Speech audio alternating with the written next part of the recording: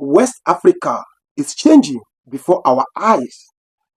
Burkina Faso young leader Captain Ibrahim Traoré has lit a fire, and that fire is spreading. In less than 2 years, Traoré has kicked out foreign troops, taking control of his country resources, and become the face of a bold new Africa. But now, the heat is being fed beyond Burkina Faso, especially in Ivory Coast, where the government is nervous, the youth are restless, and the fear of revolution is growing. So we ask, is Ivory Coast next? Is the wave of African freedom moving to Abidjan? This isn't just politics anymore. It is battle between two visions of Africa. One led by old leaders serving foreign interests. The other group is led by young people who love their country. Stay with us because in this video we break it all down in simple, clear language. Who is Ibrahim Traoré? What is really happening in Burkina Faso? What is Africa suddenly on high alert? And most importantly, is West Africa heading for a political earthquake? Before we go deep, smash that like button, tap subscribe, hit the notification bell. This channel doesn't read news to you. We break it down, we connect the dots, and we speak truth to power. Let's begin. Ibrahim Traoré, the man who defied France. Let's start with the man at the center of it all, Captain Ibrahim Traoré. Born in 1988 in Burkina Faso, Traoré grew up during a time of pain and instability. He saw his country struggle with poverty, corruption, and terrorism. But unlike most African politicians, he didn't run to the West. He trained as a military officer. He served in conflict zone. He saw with his own eyes how foreign power were only interested in Burkina Faso gold, not its people. In 2022, something historic happened. Traoré, just 34 years old, led a peaceful military takeover. He removed another soldier, President Paul-Henri Damiba, who had failed to stop terrorism attack and was still taking order from France. When Traoré took power, he promised three things: security for the people, freedom, unity for West Africa. He didn't wear expensive suits. He didn't give empty speeches. He got to work. He told France to take its military and leave. He ended the defense agreement that had turned Burkina Faso into a French outpost.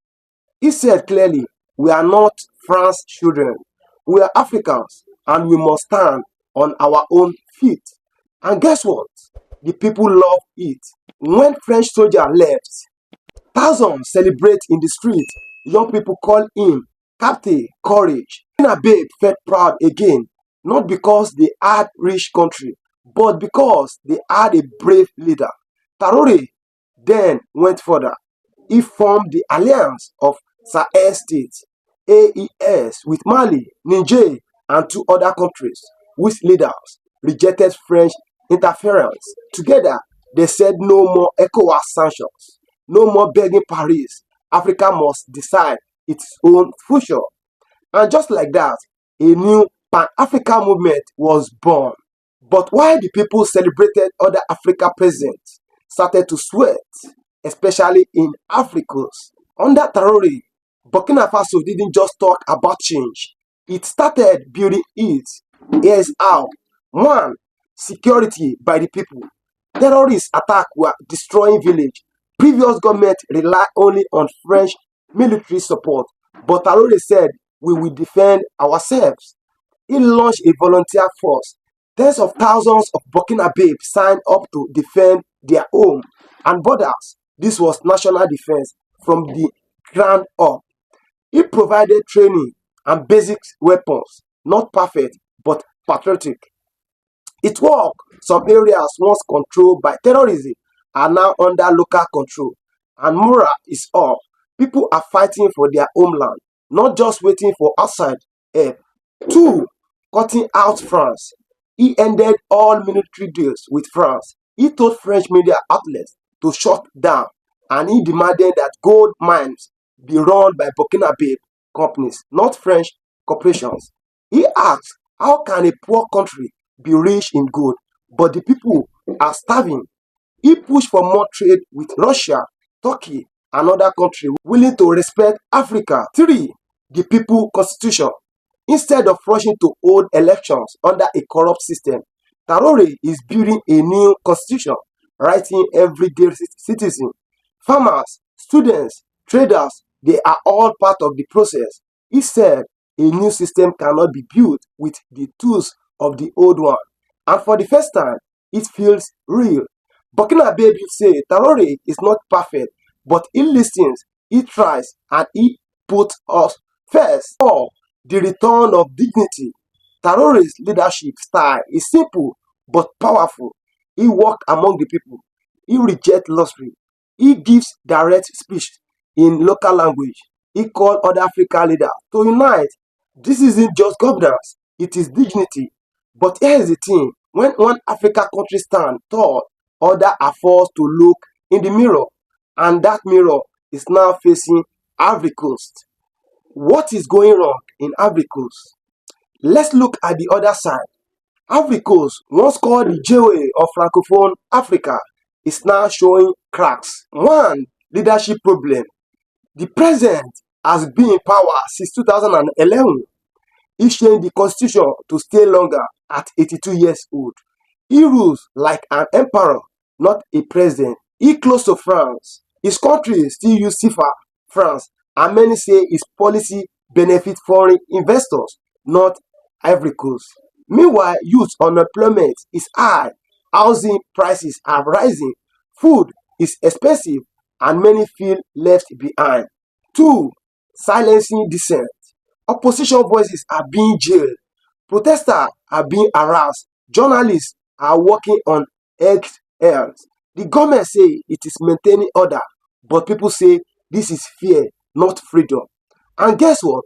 Inspiring these protesters, Ivory Coast are asking, why can't we kick out foreign troops too? Why can't we build our own economy? Why is our gold going to Europe? Why do we have to beg for loans in a country full of cocoa? The spirit of revolution is crossing borders, and that is why the Ivory Coast government is on high alert. They know that his fire has been light next door and fire spread, trying to block the way. Ivory Coast is increasing intelligence operations. Activities linked to Pan-Africa movement are being watched. Media outlets are discouraged from praising Traoré. Burkina Faso social page have been banned. But the truth is, you can't be feeling. And right now, that feeling is, if Burkina Faso can rise, so can we. The question is not if change is coming to Ivory Coast. The real question is, can the president stop it? Or is it already too late? Why are France and ECOWAS are panicking? Because they know what is really at stake. This isn't about just one country, it is about control. France depends on African resources, gold, cocoa, etc. But now the countries are waking up, so France is scared. It's losing its grip, it's losing military bases, it's losing influence. So what does it do? It used ECOWAS as a puppet. In 2023, ECOWAS threatened to invade Niger after its coup, but who lead the call? Ivory Coast President Bola Ahmed Tinubu of Nigeria. Why? Because France needed a legal cover to punish those who reject it. But it backfired. West Africa saw the truth. They said, this is not Africa Unite. This is French revenge. Many now say ECOWAS no longer serve the people. It serves foreign interests. This loss of trust is dangerous for Ivory Coast if ECOWAS is seen as an enemy of African freedom. Any leader who stands with it will also become a target of anger. And right now, Ivory Coast president is standing alone. What comes next? Is Ivory Coast ready for a revolution? Let's be clear, no one wants war or bloodshed, but people want change, and change comes in different forms.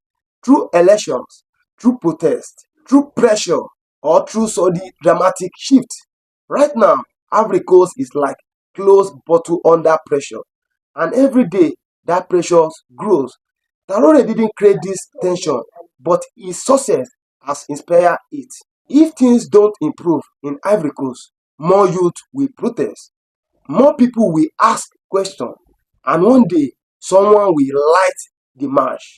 Already, whispers of a second wave of Pan-Africans are spreading. First Burkina Faso, then Mali, then Niger, and next the streets of Abidjan may soon carry the same chant we heard in present. Down with neocolonialism, Africa for Africans. The only way to stop this is not by force, but by listening to the people. But with the present listening, or will history repeat itself? Captain Ibrahim Traoré is not perfect, but he has changed the conversation. He has made it clear Africa don't need charity, they need justice. Burkina Faso is not rich in cash, but it's rich in courage. Ivory Coast may have more skyscraper, but if the foundation is weak. But if the foundation is weak, those who buildings will fall. What we are seeing is not just politics. This is a shift in African identity, from dependency to dignity, from fear to freedom. And now the question is simple: who will follow? To every young Ivorian watching, don't give up, don't be afraid. Learn from Burkina Faso, but write your own story. To the leaders of Africa, the era of silent suffering is over. The youth are waking up. The world is watching. Let's build a new Africa, one country at a time. If you found this video powerful, do these three things. Like this video, it helps more people hear the truth. Subscribe, we bring you both fearless African stories every day. Comment below, what do you think is next for Ivory Coast? Share this video with someone who believes in Africa. And remember, we don't wait for freedom, we claim it. This is your Ninja Post News. Till next time, stay awake, stay strong, and stay Africa.